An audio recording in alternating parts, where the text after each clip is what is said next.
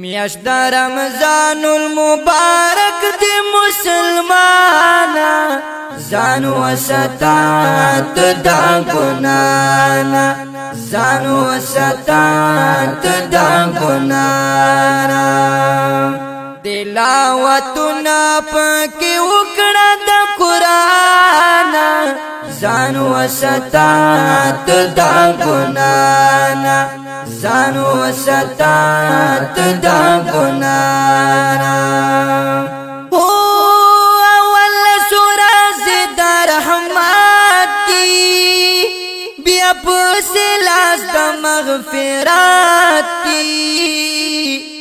اخر لاس اور ندان نجات دی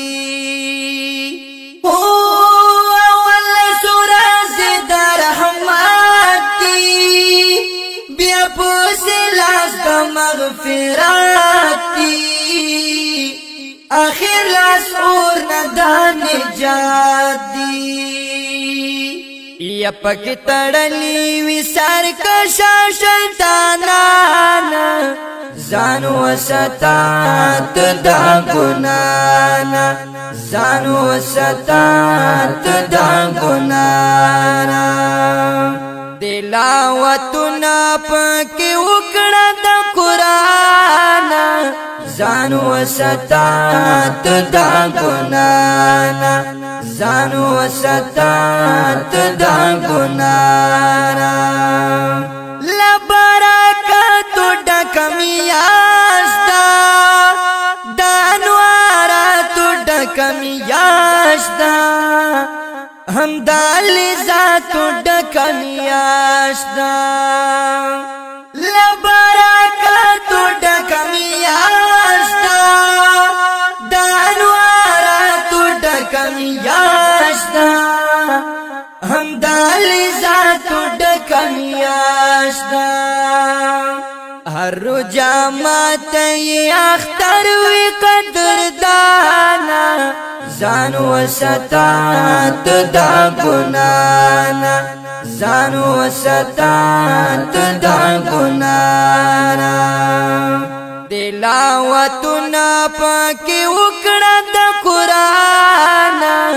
ځان وساتات دا ګنانا ځان وساتات دا ګنانا لغیباتو څخه کنار شه نور د بدیو تو باګار شه روان بس نور پس مالار شه لغیباتو څخه کنار شه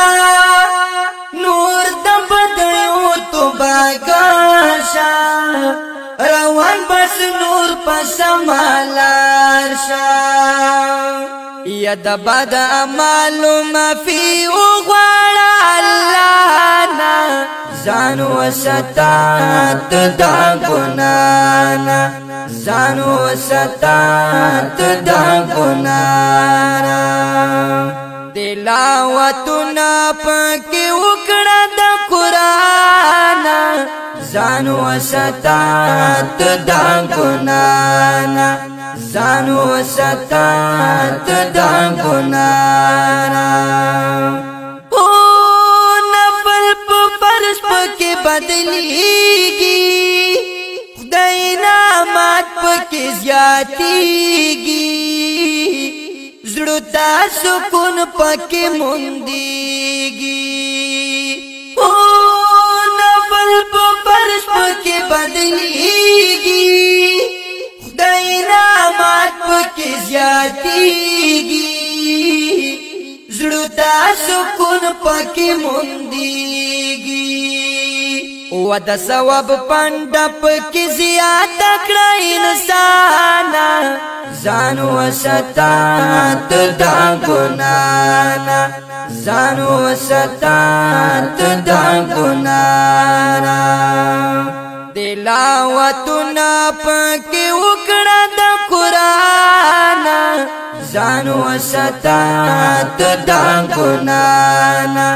ځان وساتات دا ګنانا لقمان مخلص اشعار لخوند ډک دی مازیدار وایو رمضان کپ بار بار